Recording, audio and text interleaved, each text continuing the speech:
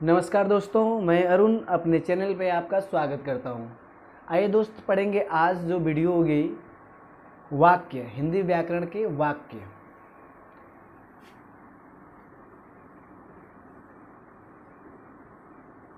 देखिए, सबसे पहले हम समझेंगे वाक्य का डिफिनेशन क्या होता है। वाक्य दो या दो अधिक शब्दों या पदों के समूह को जिसका अर्थ सार्थक निकलता हो उसे हम वाक्य कहेंगे। ठीक है, ये वाक्य का डिफिनेशन था।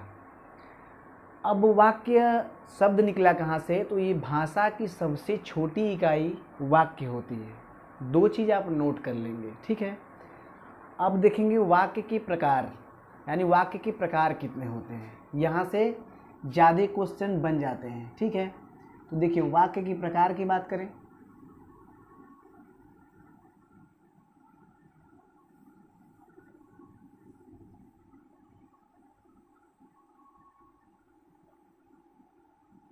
देखिए, सबसे पहला जो प्रकार पड़ता है हमारा, और एक दूसरा पड़ेगा, यहाँ पे पड़ेगा हमारा तीसरा। तीन प्रकार होते हैं। कितने प्रकार होते हैं, यानी तीन भाग होते हैं। वाक्य के कितने भाग होते हैं, तीन भाग होते हैं। ठीक, तो सबसे हम पहले पढ़ेंगे रचना के आधार पर। रचना के आधार पर, उसके बाद पढ़ेंगे अर्थ के आधार पर, और उसके बाद पढ़ेंगे प्रयोग के आधार पर। देखिए दोस्तों, यही तीन भाग है। ठीक, अब देखिए रचना के आधार पे हम पढ़ेंगे तो इसका भी आप तीन भाग होता है। ठीक है, सबसे पहला वाला जो भाग होता है उसको बोलते हैं सरल वाक्य। जो दूसरा भाग होता है उसको बोलते हैं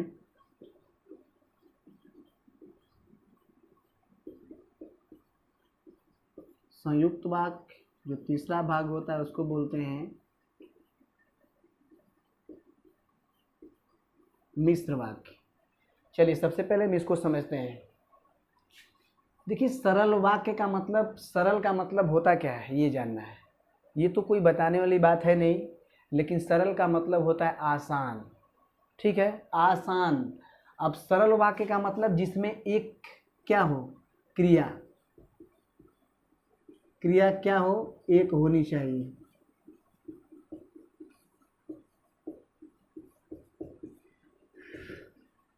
क्रिया एक होनी चाहिए। कर्ता आपके कई हो सकते हैं। ठीक है, क्रिया मगर एक होनी चाहिए। जैसे आप बनाइए, इसमें सेंटेंस बनाते हैं। इसमें हम सेंटेंस बनाते हैं दोस्तों। जैसे राम घर जाता है, तो राम घर क्या करता है, जाता है। बनाते हैं राम घर जाता है।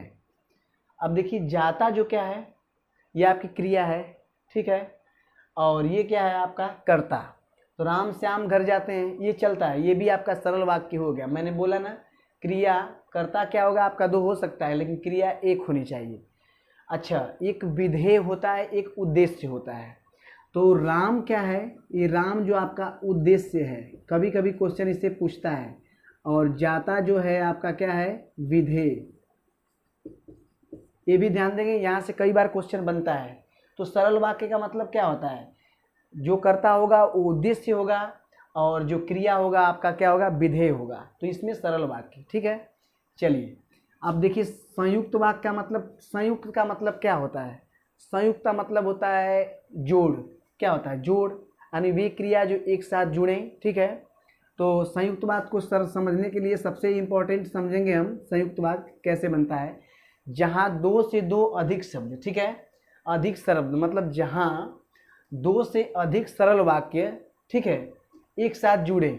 जहाँ दो सरल वाक्य एक साथ जुड़े और एक एक अलग अर्थ का निर्माण करें उन्हें हम क्या कहेंगे, संयुक्त वाक्य कहेंगे। यही आपको ध्यान देना, जहाँ दो से अधिक सरल वाक्य हों, जहाँ दो से अधिक सरल वाक्य हों उन्हें क्या कहेंगे, संयुक्त वाक्य कहेंगे। ठीक है, जैसे इसमें एक उदाहरण देखते हैं, किंतु, परंतु, लेकिन।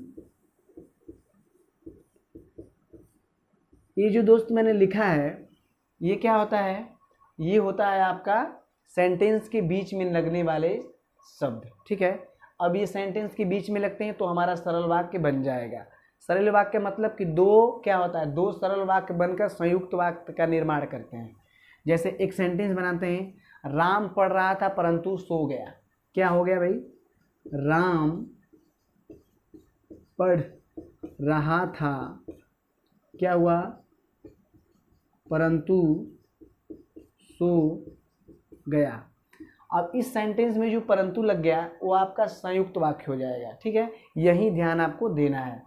अब इस परंतु की जगह आप कुछ भी लगा सकते हैं, राम पढ़ रहा था किंतु सो गया, राम पढ़ रहा था लेकिन सो गया। ठीक है, तो आप इनको लगाएंगे तो आपका पूरा हो जाएगा। ठीक, चलिए अब आप एक दो उदाहरण अपने से बना लेंगे, कोई दिक्कत नहीं होगा।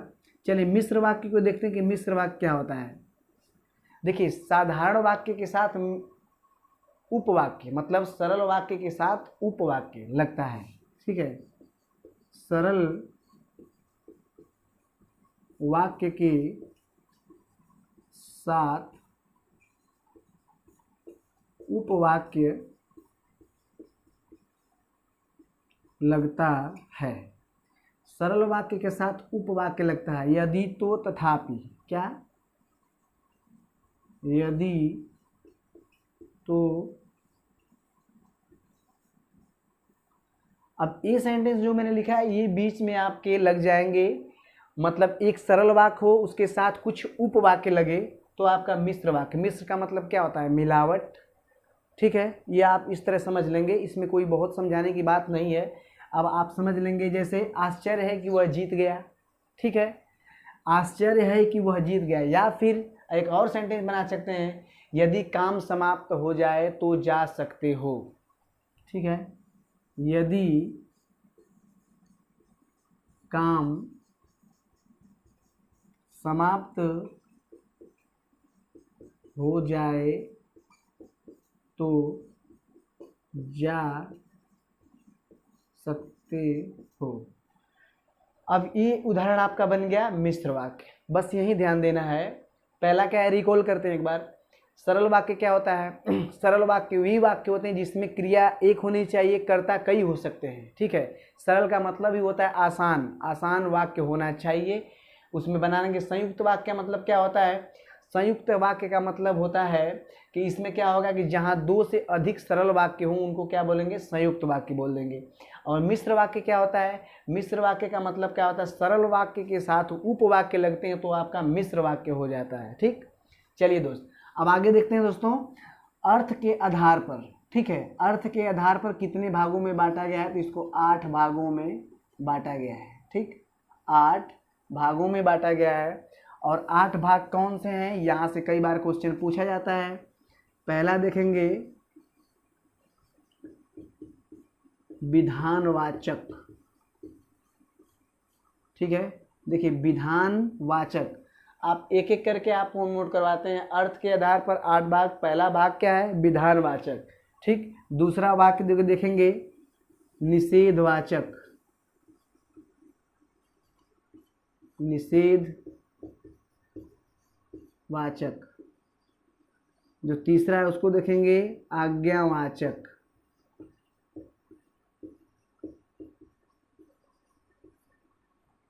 चौथा जो देखेंगे सबसे इंपॉर्टेंट प्रश्नवाचक।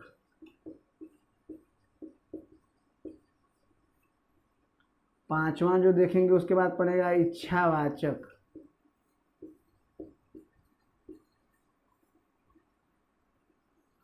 छठवां जो देखेंगे पड़ेगा आपका संदेहवाचक।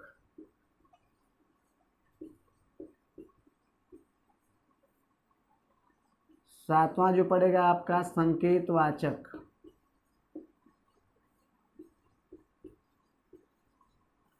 संकेतवाचक, विधानवाचक, निषेधवाचक, आज्ञावाचक, संकेतवाचक, इच्छावाचक, आज्ञावाचक, प्रश्नवाचक, इच्छावाचक, निषेधवाचक, विधानवाचक, आज्ञावाचक, 4 3 7। दोस्तों एक बच रहा है, इच्छावाचक हो गया, संदेहवाचक हो गया, संकेतवाचक हो गया, एक बच रहा है मेरे ख्याल से, हाँ, विस्मयवाचक,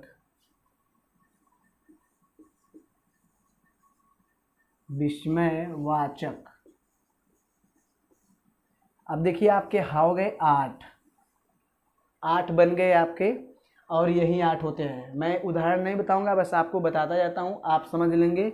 इसमें देखिए विधानवाचक की बात करते हैं तो विधानवाचक सेंटेंस कौन से होते हैं, यहाँ से कोई ऐसा पेपर नहीं है जहाँ से क्वेश्चन नहीं बनता है, क्योंकि इसी में लोग फंस जाते हैं कि क्या सही है क्या गलत है। ठीक है, तो देखिए विधानवाचक किसे कहते हैं? विधानवाचक का मतलब क्या होता है कि वाक्य में किसी कार्य के होने का सूचना मिलता है। विधानवाचक वाक्य में किसी कार्य को होने की सूचना मिलती है, यानी कि वाक्य ऐसा होना चाहिए कि उसमें किसी कार्य होने की सूचना मिलती है। जैसे एक सेंटेंस में आपको बताता हूँ, आप नोट कर लेंगे। राकेश दिल्ली गया। राकेश कहाँ गया भाई? दिल्ली गया। तो क्या हो गया? सूचना मिली ना कि हाँ राकेश दिल्ली चला गया। तो ऐसे शब्द जिसमें कुछ सूचना मिले उसको हम विधानवाचक कहते हैं। अब चलिए निषेधवाचक देखते हैं। निषेध का मतलब होता है नहीं, और नहीं का मतलब क्या होता है? नेगेटिव में ही शब्द हो जाएंगे, और जिसमें आपका नहीं लग जाए उसको आप कर लेंगे। जैसे सालू आज बनारस नहीं गई, ठीक है। राम आज स्कूल नहीं गया, ठीक। सीता आज खाना नहीं खाई, तो क्या हो जाएगा आपका? निषेधवाचक, ठीक। उसके बाद देखेंगे आज्ञावाचक शब्द में, जैसे कई उदाहरण बन जाते हैं। उसमें आज्ञावाचक में तुम खाना खाओ, तुम खाना खाओ, तुम कहाँ जा रहे हो, ऐसे शब्द आपके बन जाएंगे आज्ञावाचक। प्रश्नवाचक में प्रश्न होता है, ठीक है। प्रश्नवाचक शब्दों में क्या होता है? प्रश्न होता है, और वो कैसे प्रश्न होते हैं उसको दिखाया जाता है। वे प्रश्न होते हैं जैसे मान लीजिए मेरे सामने कोई व्यक्ति आता है तो मैं उससे पूछता हूँ तुम्हारा नाम क्या है, तुम कहाँ से आए हो, तुम्हारे पिता का क्या नाम है। तो ऐसे शब्द किस में आ जाएंगे? प्रश्नवाचक में। और इच्छावाचक में कि जो इच्छा के अनुसार, वे शब्द जो इच्छा के अनुसार दिखाई देते हैं उसमें क्या होता है? इच्छावाचक बन जाता है। जैसे इसमें आशीर्वाद और उसके मंगल कामना वाले शब्द मिलते हैं, खास तौर से ज़्यादा इसमें मिल जाते हैं, ठीक है, ठीक है। तो ऐसे उदाहरण जैसे कि 9 वर्ष मंगलमय हो, ठीक है। ऐसे शब्द बने जैसे कि 9 वर्ष मंगलमय हो, तो ऐसे शब्द इच्छावाचक में आपके आ जाएंगे। संदेहवाचक मीन्स होता है शंका। वे शब्द, वे वाक्य जिसमें शंका जाहिर होता है उन्हें क्या करते हैं? नहीं, हाँ, वे शब्द जिसमें शंका जाहिर होता है उन्हें संदेहवाचक कहते हैं। संदेहवाचक में जैसे शायद तुम कल आए थे, ठीक है, शायद राम स्कूल गया होगा कि नहीं, तो ऐसे शब्द बन जाएंगे। तो किसमें बन जाएंगे? संकेत संदेहवाचक। और संकेतवाचक में यह तुम्हारी कलम है, यह तुम्हारी किताब है, ठीक है, वह खाना तुम्हारा है, तो क्या बन जाएगा? संकेतवाचक। और विस्मयवाचक में क्या? अरे अरे तुम स्कूल आज भी आ गए, अरे खाना खाए कि नहीं, ओह एक्सीडेंट हो गया। मतलब ओह आह अरे जैसे शब्द विस्मय बोधक होते हैं। और विस्मय बोधक का आप जानते हैं कि यही पहचान होती है, विस्मय बोधक की यह पहचान होती है। और प्रश्नवाचक का क्या होता है? यह पहचान होती है। तो विस्मय बोधक में ऐसे बन जाते हैं। तो दोस्तों ये 8 क्या थे? अर्थ के आधार पे 8 वाक्य थे। अब आते हैं प्रयोग के आधार पर। प्रयोग के आधार पर भी आपको कितने भाग मिलेंगे? 3 भाग मिल जाएंगे। पहला वाला जो भाग होगा उसको बोलते हैं कर्तृवाच्य वाक्य। दूसरा जो होता है उसको बोलते हैं कर्म वाक्य। और जो तीसरा होता है उसको बोलते हैं भाव वाक्य। अब देखिए इन तीनों को समझने के लिए मैं ऐसे ही बता देता हूँ। कर्तृ का मतलब क्या होता है? कर्तृ का मतलब होता है, ये होता है कर्ता। यहाँ पे लिखता हूँ क्या होता है? कर्ता, और कर्म आप जानते ही हैं, और इसमें भाव का बोध होता है, ठीक है, भाव का बोध होता है। तो कर्म, राम खाना खाता है, ठीक है, तो क्या हो गया, राम खाना खाता है, तो इसमें कर्ता क्या हो जाएगा, राम, खाना क्या हो जाएगा, कर्म, और उसका पूरा रिजल्ट क्या हो जाएगा, भाव। तो बस यही आपके क्या थे, वाक्य के भेद। आशा करता हूँ दोस्त, उम्मीद करता हूँ कि आप लोगों को वीडियो पसंद आएगी। अगर वीडियो पसंद आती है तो आप लोग लाइक करिए, सब्सक्राइब करिए, शेयर करिए और इस चैनल को आगे बढ़ाइए। फिर अगली वीडियो में मिलते हैं, तब तक के लिए थैंक यू।